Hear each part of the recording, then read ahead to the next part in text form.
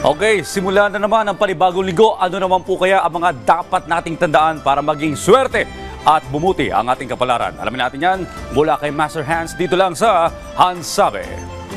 Rise and shine, mga ka-RSP! Ito na muli ang gabay, patnubay, paalala at prediksyon ni Master Hans Kua ngayong araw ng Monday, Lunes, October 28, 2024. Simulan na natin! Para sa mga pinanganak ng Year of the Rat, oras na para magkaroon ng spiritual bonding kasama ang karelasyon.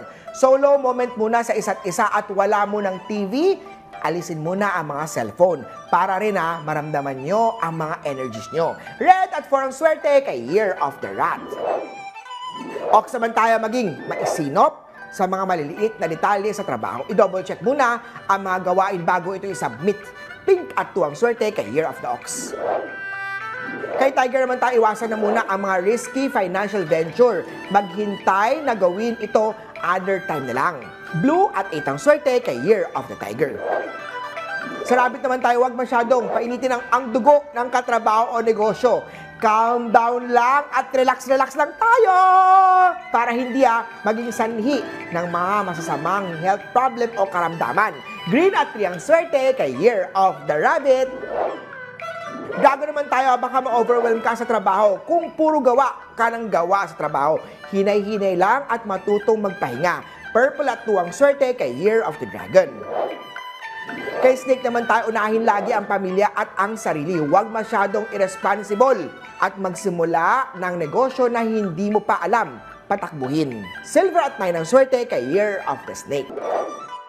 Para sa mga pinanganak ng Year of the Horse, sa mga love interest naman dyan, seryosohin nyo at baka naman maunahan pa ng iba yan.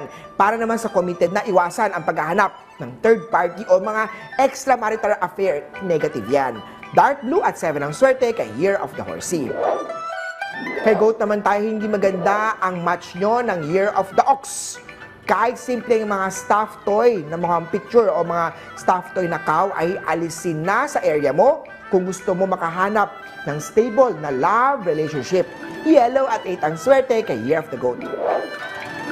Monkey naman tayo, maglaan ng focus at effort sa iyong career para magtagumpay. Huwag munang tamarin para umasenso ang career o studies. Pitch at 5 ang swerte kay Year of the Monkey. Kay Rooster naman tayo, posible naman na magkaroon ng mga heavy na mga surprises sa pag-ibig ngayong araw. Pwedeng marriage proposal, pregnancy, o mga biglaang breakup. Posible rin ang revelation ng crush man o sa mga nililigawan mo. Red at 1 ang swerte kay Year of the Rooster. Kay Dog naman tayo, mabuti na magtipid muna ngayong araw at importanteng bagay muna.